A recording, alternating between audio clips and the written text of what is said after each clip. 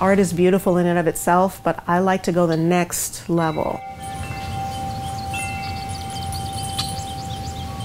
Whether it's a sculpture that moves, turns, twists, bends, dances, shines, it's almost a crime. It's so fun. This is an electrical conduit. You can unwrap it, you can make whatever shape you want. Things that people think are junk, I see another life for them.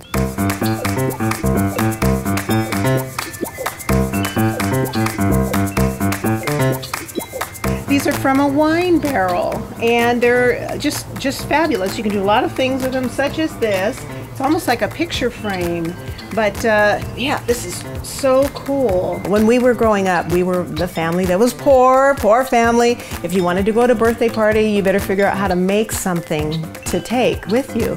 And so Mom always had for us yarn and maybe cheap fabric, and we had paper and pens. It's a matter of making something out of nothing.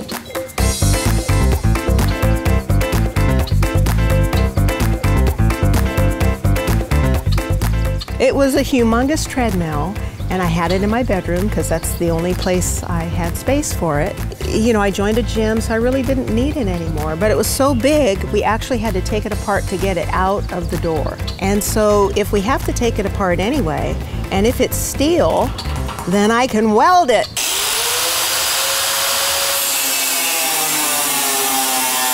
It's definitely the process of trying to figure out how to do something. It's seeing, okay, I want to make this type of a sculpture, how do I do it? And coming up with the various ideas and ways of doing it.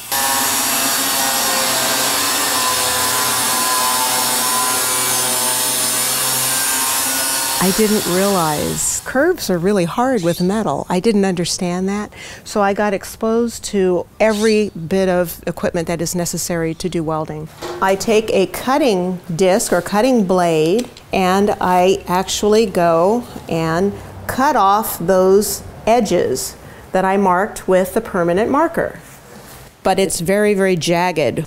And so I'll use one of these other grinding heads to really smooth out those edges. I want to make it real smooth, and I want to give it a pretty texture. This nice flapper blade or disc is really wonderful for giving it that buttery texture, and look how the light catches. And it's just so simple, and it's smooth, and it's like you're painting with this grinder. Now with the recycled steel that I use, its natural tendency is to rust. And so you really have to work hard to keep the color on it, especially in the hot California sun. So a lot of my pieces have that, the real natural part, the part that comes from the earth. I love that part, but I love color. I love it. And so I do both, to bring them both together. They can live in harmony.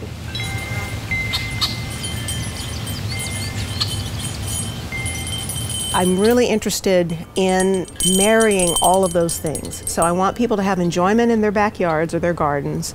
I want it to be fun. I want it to work with the elements. Now look at the sun glinting off of this. This happens to be aluminum up here. You have sound, so the wind is going to make her move. These are bendable. You can bend these arms if you want. This moves. This is a bicycle tire. Ms. Tutu is a celebration.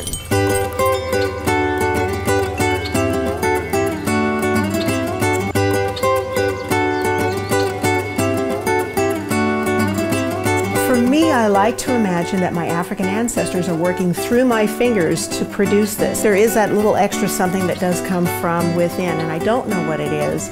I like to assume it's, you know, the ancestors flowing through.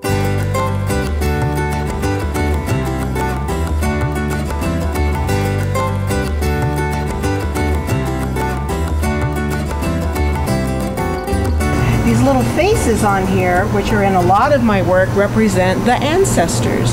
So it's giving homage to the ancestors. It's kind of what my little tattoo is, Sankofa.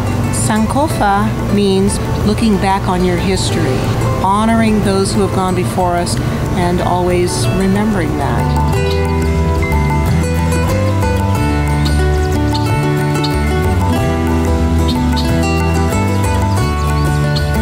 Creativity is a lot of things, It isn't just painting. It could be dance, it could be writing, it could be photographs. I think a lot of us don't realize that we are already creative, but we look at it as work, as a job, and we don't recognize the beauty of what we do, whatever our talents are.